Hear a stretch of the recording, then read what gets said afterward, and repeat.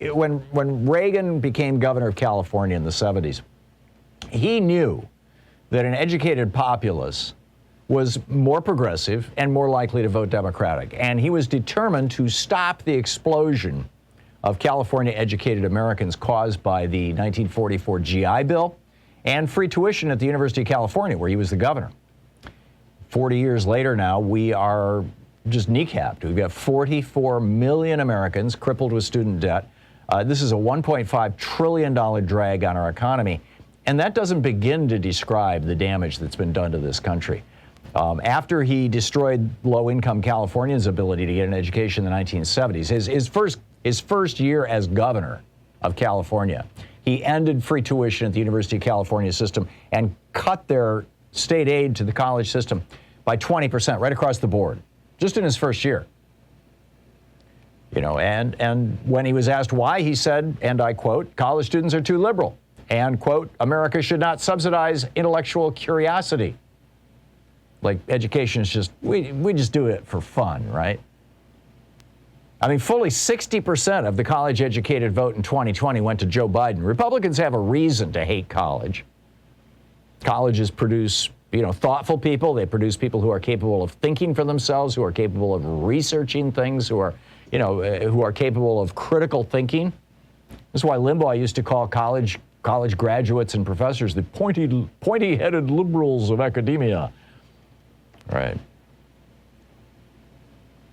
You know, on May 1st, 1970, Ronald Reagan came out and said that the American students protesting the war in Vietnam were, quote, "brats, freaks, and cowardly fascists," and said, quote, "If it takes a bloodbath, let's get it over with. No more appeasement." 4 days later was the Kent State Massacre, and 4 students were dead. Before Reagan became president, the states paid 65% of the cost of college. The federal government paid about 15%. So in other words, government paid 80% of the cost of education, students paid 20%. That was tuition. Today, it's exactly reversed. The states pay about 20%, and the federal government and students pay about 80%, as, you know, just ask any student, right? Devin Fergus documented this for the Washington Post. He said in Reagan's, you know, when Reagan became president, quote, "No, this is the Washington Post, no federal program suffered deeper cuts than student aid. Spending on higher education was slashed by some 25%. Between 1980 and 1985, students eligible for grant assistance freshman year had to take out student loans to cover their second year." And this became the mantra, the conservatives' mantras, you know, let kids pay for their own damn liberal educations. David Stockman in 1981 told a reporter, "I don't accept the notion that the federal government has an obligation to fund generous grants to anybody who wants to go to college. I'd suggest that we could probably cut more." And then his first education secretary, Terrell Bell, wrote in his memoir, "Stockton and all the true believers identified all that drag and drain on the economy with the tax eaters, people on welfare, unemployment insurance, students." Right. Oh, and then he added, "the elderly bleeding the public purse with Medicare, the poor exploiting Medicaid." And then 360, Sean. And then, of course, we got William Bennett, his next education secretary, who had this to say. But I do know that it's true that if you wanted to reduce crime, you could, if that were your sole purpose, you could abort every black baby in this country and your crime rate would go down. That would be an impossible, ridiculous, and morally reprehensible thing to do. But your crime rate would go down. Right. So this was the Reagan position, right? It's like, you know, if people can't afford to go to college, screw them. And if they're going to become criminals, you know, it was just insane. My dad and my wife's dad both went to college on the GI Bill. My dad didn't graduate. Louise's dad not only graduated, but became the Assistant Attorney General for the state of Michigan. They were 2 out of almost 8 million young men and women who not only got free tuition from the 1944 GI Bill, but also got a monthly stipend to pay for room, board, and books.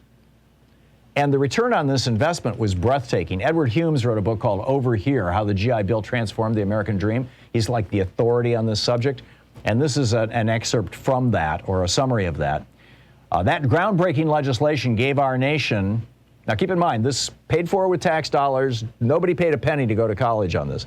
That groundbreaking legislation gave our nation 14 Nobel Prize winners, 3 Supreme Court justices, 3 presidents, 12 senators, 24 Pulitzer Prize winners, 238,000 teachers, 91,000 scientists, 67,000 doctors, 450,000 engineers, 240,000 accountants, 17,000 journalists, 22,000 dentists, and millions of lawyers, nurses, actors, artists, writers, pilots, and entrepreneurs. And not only that, when people have a college education, they not only contribute to society, but, in shall we say, more vigorous ways, increasing the competence and vitality of a nation, but they also make more money, which stimulates the economy. And because they earn more, they pay more in taxes, which helps pay back the government for the cost of their education. If you look at the GI Bill in $1952, just to standardize it, the GI Bill's education benefit cost America $7 billion. Over the next 40 years, and they've done the math on this, over the next 40 years, that $7 billion investment created an increase in economic output of $35.6 billion, like we invented the transistor, stuff like that, right? The extra taxes received from those higher wage earners produced $12.8 billion. In other words, for every dollar we invested, we got $7 back as a nation. Not to mention transistors and microprocessors and the internet and sending men to the moon and Velcro and Tang. And it's like we led the world in innovation, R&D, and new business generation for 3 generations. And it's not like this is a secret from American presidents, right? Jefferson and Lincoln both knew about this. Jefferson started the University of Virginia as a free college. He was so proud of that. It's on his tombstone rather than the fact that he was president. He wrote his own tombstone, his own epitaph. And Lincoln passed the Morrill Act in 1862, which gave 90,000 acres to each state in the Union, 90,000 acres of federal land, and said, sell this land and put that money in a trust to pay for free tuition to this college in perpetuity. Out of that came 76 either free or very low tuition colleges, state colleges across the United States. My mom went to one, Michigan State University, so did I, very briefly. But and this is, and not only that, the GI Bill didn't just pay for that. They also paid for room and board and books. And this is normal around the world, by the way. What we did with the GI Bill is now being done routinely all over the world. There's over 300,000 American students right now studying for free in Germany, Denmark, Norway, Finland, Sweden, Slovenia, and the Czech Republic, among others. So, we look at this damage that these Republican policies have done, both economic and human, and it's devastating. You've got, 2 generations of young people who have not been able to start new businesses, who have and become entrepreneurs, who have not been able to buy houses, who have not been able to start a family and have kids because they're so deeply in debt with student loans. This is kneecapping America at a time when we need to be soaring. We need innovation. There's all this talk now about Joe Biden doing an executive order to slightly reduce people's student debt.